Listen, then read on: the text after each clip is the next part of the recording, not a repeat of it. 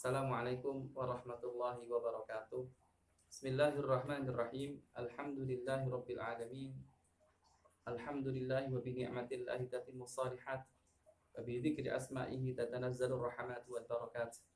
Allahumma shalli ala sayyidina Muhammad wa ala ali sayyidina Muhammad. Alhamdulillahirabbil alamin. Para pemirsa, para jamaah yang dimuliakan Allah Subhanahu wa taala. Kali ini Al-Fakir akan membahas tentang satu bab yang sudah umum di masyarakat.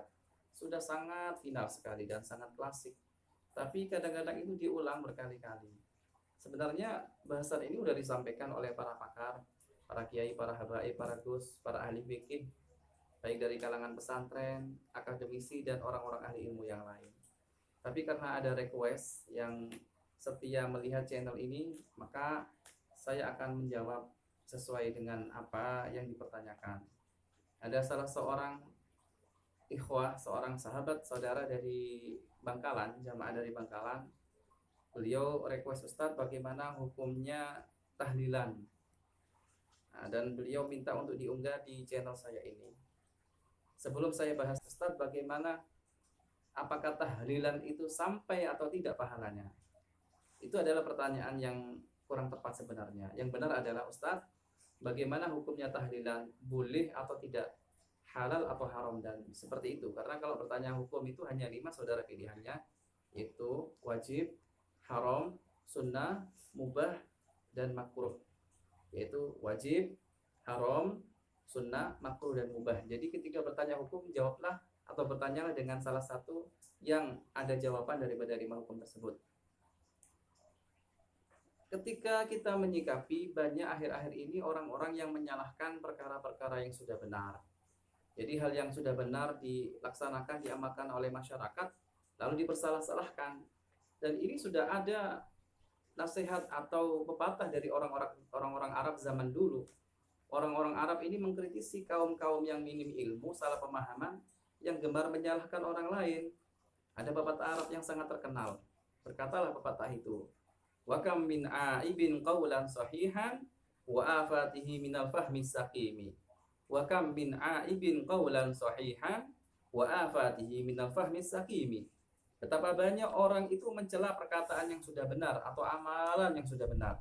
Padahal penyakitnya itu ada pada pemahamannya sendiri. Betapa banyak orang itu mencela perkataan yang sudah benar, padahal penyakitnya itu ada pada pemahamannya sendiri.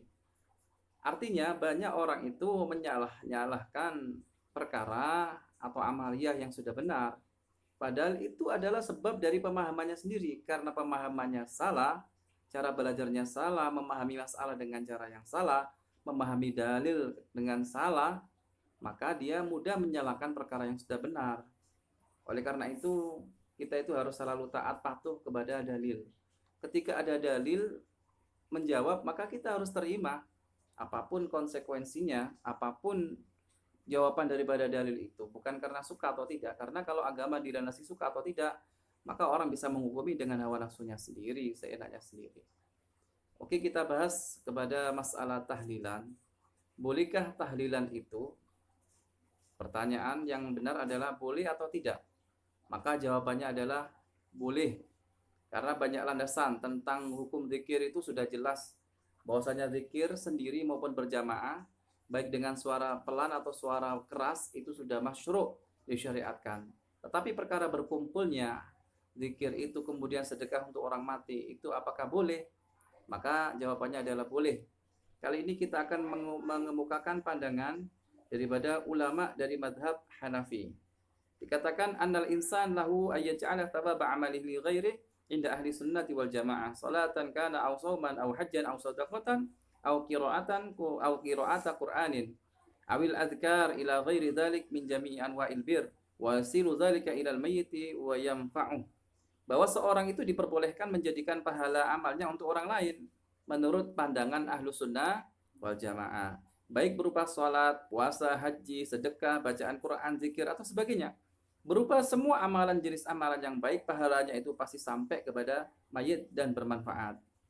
Ini terdapat dalam kitab Tabyinul Haqa'iq Syarah Kanzud Daqa'iq juz 5 halaman 131. Sedangkan pandangan daripada Al-Imam Ad-Dasuki, beliau berpendapat Al-Maliki dan mazhab Maliki, wa in qara'a al-rajul wa ahdatha thawaba qira'atihi lil mayyit jaza dzalika wa hasala lil mayyit ajruh. Jika seorang membaca Al-Qur'an dan menghadiahkan pahalanya bacaannya kepada mayit, maka hal itu diperbolehkan dan pahala bacaannya sampai kepada mayit. Dasuki ala Syarhil Kabir juz 4 halaman 173. Sekarang kita kemukakan pendapat atau pandangan daripada mazhab Syafi'i. Di antaranya adalah pendapat Al-Imam An-Nawawi rahimahullah. Beliau berkata, wa istahabbu liz-za'ir ayusallima 'alal maqabir wa yad'u liman yazuruhu li wali jami' ahli al-maqbarah. Wal afdal ay yakuna salam wa du'a bima sabita fil hadits wa istahabbu ay yaqra'a min al-Qur'an ma yatassara wa yad'u lahum aqibaha. Disunnahkan bagi peziarah kubur untuk mengucapkan salam kepada penghuni kubur serta mendoakan mayit yang diziarahi. Mendoakan disunnahkan ya. Dan mendoakan semua penghuni kubur yang ada di makbarah tersebut serta mengucapkan salam, doa lebih diutamakan menggunakan apa yang sudah ditetapkan di dalam hadis, seperti mengucapkan assalamualaikum ya ahlal kubur, ya ahlad diyar, dan seterusnya. Kemudian begitu pula disunnahkan membaca apa daripada Al-Quran, surat-surat yang ditetapkan yang ringan-ringan atau surat-surat pendek, dan berdoa kepada mayit. Ini adalah terdapat dalam pandangan mazhab Syafi'i di dalam kitab Al-Majmu' karangan Imam An-Nawawi juz 5 halaman 313. Sedangkan pandangan daripada mazhab Hambali, yaitu Ibnu Qudamah dari mazhab Hambali, beliau berkata dalam pendapatnya, wa ayyu qurbatin fa'alaha wa ja'ala thawabaha lil mayyit al-muslim nafa'ahu dzalika insyaallah. Amma du'a wal istighfar was shadaqah wa ada'ul wajibat fala a'lamu fihi khilafan. Dan adapun ibadah yang dia kerjakan serta dia hadiahkan pahalanya kepada mayit, jadi ada orang menghadiahkan pahalanya kepada mayit yang muslim, akan memberi manfaat untuk mayit tersebut insyaallah. Adapun doa, istighfar, sedekah, pelaksanaan kewajiban-kewajiban yang tidak ada khilaf di dalamnya. Jadi sepakat bahwasanya itu sampai. Ini pendapat Ibnu Qudamah Al-Hambali. Begitu pula ada pendapat daripada Syekhul Islam Ibnu Taimiyah dalam kitab Majmu'ul Fatawa. Adapun pendapat juga dari kalangan mazhab Hambali, di antaranya adalah Syekhul Islam Ibnu Taimiyah. Beliau berpendapat bahwasanya dalam kitab Majmu'ul Fatawa beliau mengatakan, wa ammal qira'atu was shadaqatu wa ghairuhuma min a'malil bir fala naza'ah baina ulama'i sunnah wal jamaah wa usulu thawabil ibadah al-maliyah kas-shadaqah wal 'itq kama yasulu ilahi aidan ad-du'a wal istighfar was shalah alaihi salatal janazah wa du'a inda qabrih wa tanaza'u fi wusulil a'mal al-bidaniyah kas-shaumi was shalah wal qira'ah was shawabu annal jami' yasilu ilaih. Dikatakan bahwasanya adapun bacaan, sedekah dan sebagainya berupa amal-amal soleh, maka tidak ada perselisihan di antara kalangan para ulama bahwasanya itu sampai dan boleh. Tidak ada perselisihan di antara kalangan ulama Ahlus Sunnah wal Jamaah, dan akan sampainya pahala ibadah, harta seperti sedekah, pembebasan, memerdekakan budak, kemudian sebagaimana sampainya kepada mayit juga itu dibahas adalah tentang pahala doa, istighfar, sholat jenazah dan doa di samping kuburannya. Jadi doa di samping kuburan ini sampai juga. Kemudian para ulama berbeda pendapat soal sampainya pahala amal jasmani seperti puasa, sholat dan bacaan. Menurut pendapat yang benar yang sahih bahwasanya semua amalan yang dilakukan oleh orang hidup kepada orang yang mayit atau orang mati itu sampai.